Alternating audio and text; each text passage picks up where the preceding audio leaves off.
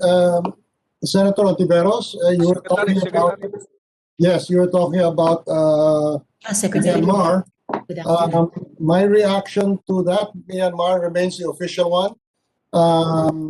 I pour scorn on the Western world for destroying Aung San Suu Kyi and making her a victim of the military, because I think I've explained it, that Myanmar is divided between the army that holds it together, the army founded by her father, the country founded by her father, and all she had as a balance to the army was her reputation as a freedom fighter and my newspaper columnist in Today, which I think was the greater honor.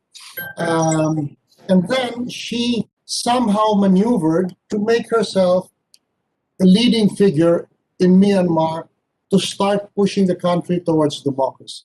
The Rohingya problem comes up. Some idiots in my office in New York said, no, that's a problem of Myanmar. No, it's not a problem. That's the problem of the British, who created a subclass of subhuman Rohingya, brought them to Burma, a highly ethnically conscious country, and left them there and never gave them residence or citizenship. I have Burmese friends who are very rich, and they look at them as animals. That's the British legacy. Now comes the situation of the Rohingya. Aung San Suu Kyi had to balance the continuing tolerance of the army for her democratic moves against the racial hatred against the Rohingya. And what does the Western and those fairies, I call them fairies, in Oxford do? They tear her down. They remove her reputation. She had only the adoration of the world to stand up with against the army. They stripped her of all of that. Every step she made in the freedom of Burma, they erased, all so that they could feel well tearing her down.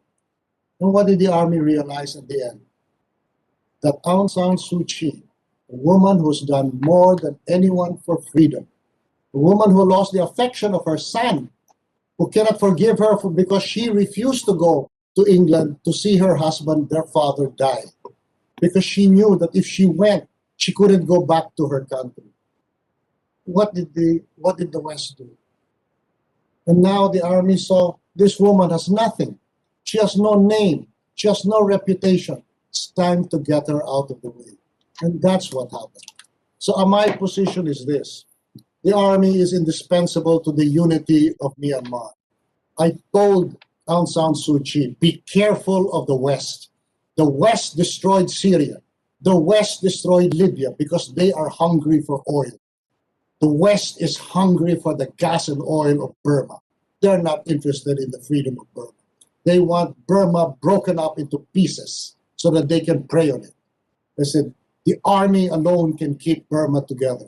Work with the army. But the army won't work with you if you don't count for it as a power in your own right.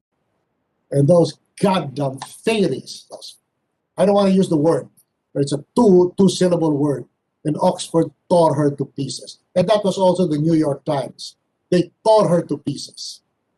And so now where is she now? And where is Burmese democracy? 10 steps forward. Just for the liberals in the United States to feel good tearing down a woman, they have gone 20 steps back for Burmese democracy. That's my feeling. That's my policy. With Burma, we work with the powers around Burma to see if we can convince the great powers there, forget the United States. We talk to China. We talk to India. We say, can we go back to the status quo ante? Can we go back and put the mother of Burmese democracy back there and then resume the progress towards the freedom that you and I got at EDSA? You know what I mean? My God. So if this department will never listen to the West on this issue, never. And in fact, most Asian countries are looking to our leadership, to my leadership, as a more nuanced approach to the Burmese problem. Because the last thing we want is to work with the countries in the West who destroyed Burmese democracy. I'm so angry because I met that woman. She worked with me as a writer. She's brilliant. And she gave everything in herself to make her people free. And the West destroyed her, all for their sissy sentiments, their human rights sentiments. When you know what? I challenge every single critic of Suu Kyi. Any one of you stand up who's ever fought up for freedom? Any of you suffered for freedom? We did, right, Risa? We did. You and I did. Those faggots, not a single one of them did. And they dared judge that woman. Well, now my job is to try to put her back. Maybe convince the powers that be. The status quo ante was working. Let's see if you can go back together.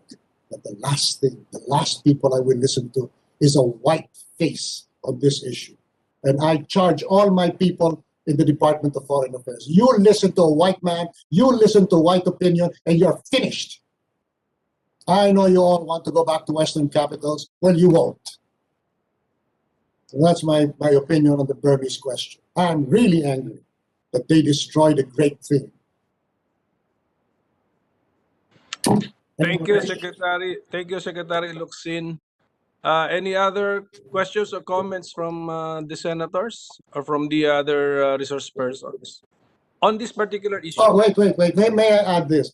I heard Edsel criticize Duterte. No, when you saw what was declared, Edsel Lagman criticized Duterte for a passive attitude towards the junta. No, that was me. That was me. If it was up to President Duterte, he is a man of personal loyalties. He has a tremendous affection and admiration for Suu Kyi. But I am holding my own. I'm saying, let's not get emotional over this. This is not about friendship. This is about bringing things back to the way they were. So for now, he has not repudiated. But I'm going to continue that way. So please, it's the cheapest thing is to hit the president. Because if it was up to him, he'd go elsewhere with this issue.